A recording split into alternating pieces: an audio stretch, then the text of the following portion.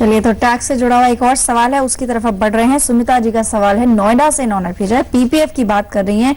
बलवंत जी, इन्होंने मेंशन किया कि इन्होंने अभी 31 जनवरी को साल जैसे अभी फाइनेंशियल ईयर खत्म होने को है तो पीपीएफ का खाता खोला है, लेकिन जानना ही चाह रही है कि अब जब मेच्योरिटी कैलकुलेट होगी तो किस तरह से कैलकुलेट होगी, और फाइनेंशियल ईयर ये 13-14 रहेगा लेकिन साल दूसरा है। थोड़ा सा कंफ्यूज लग रही है, कैसे आप इनको समझाएंगे? और साथ ही एक और पहलू इनके सवाल का ये भी है कि क्या लमसम इन्वेस्ट करना ज्यादा बेटर रहता है पीपीएफ में, या फिर हर महीने ये एक तरह से जैसे हम एसआईपी करते हैं म्यूचुअल फंड्स में, या पीपीएफ में भी मासिक तौर पर निवेश करें, ज्यादा बेहतर रिटर्न इनको मिल सकता है?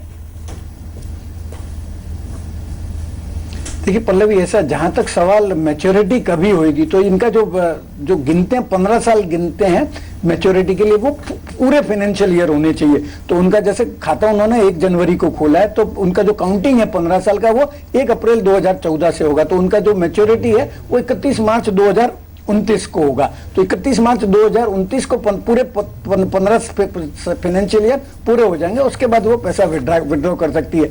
जहां तक सवाल दूसरे प्रश्न का है कि उनको हर महीने पैसा डालना चाहिए या लमसम पैसा डालना चाहिए, वैसे पीपीएफ एकदम बढ़िया विकल्प है क्योंकि टैक्स फ्री इनकम इंटरेस्ट आता है और इंटरेस्ट की रेट भी बहुत अच्छी है। तो अगर आपके पास पैसा अवेलेबल है तो आप सेविंग अकाउंट में, जहां पे आपको 4% या 6% का ब्याज मिलता है, इससे अच्छा है कि आप उसमें पीपीएफ में डाल दीजिए अगर उस पैसे की आपको ड्यूरिंग द ईयर जरूरत नहीं पड़ने वाली है। और आप एक बात जरूर ध्यान रखिएगा, जब ये पैसा डाल रही है तो आप 1 और 5 तारीख के बीच में डालिए, और 5 तारीख के पहले आपका जो चेक है वो भी क्लियर हो जाना चाहिए। तो आपको वो उस महीने की 1 तारीख से ब्याज मिलेगा, नहीं तो वो आपको पूरे महीने का ब्याज चला जाएगा।